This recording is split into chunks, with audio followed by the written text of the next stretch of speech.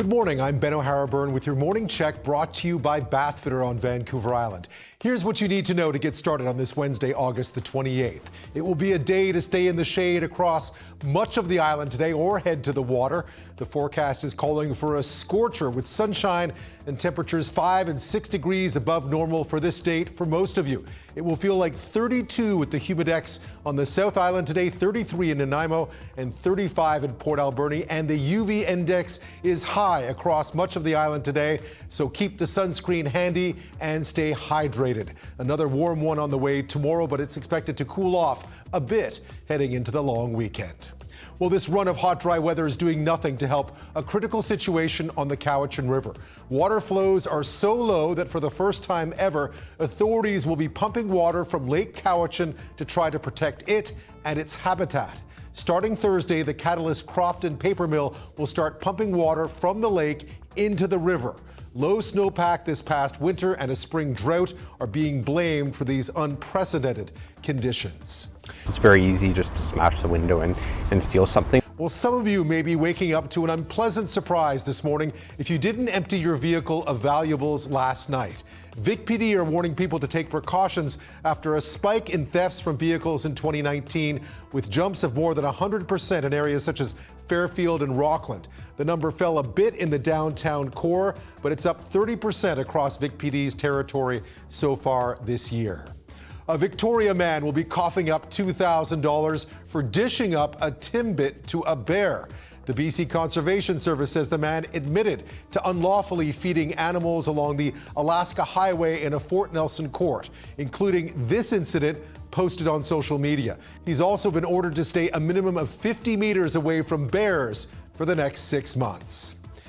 The U.S. National Hurricane Center is predicting Tropical Storm Dorian will likely become a hurricane after hitting Puerto Rico.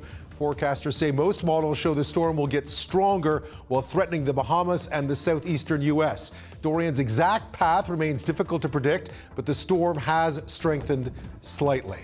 We're not going to wait until October the 31st before getting on with our plans to take this country forward. And a political storm is intensifying in Britain today. The Prime Minister Boris Johnson has asked the Queen to suspend the UK Parliament in a move critics say trashes the Constitution. Johnson wants to end the current session in early September and restart in mid-October. That significantly reduces the amount of time opposition MPs will have to forego or change a so-called no-deal Brexit.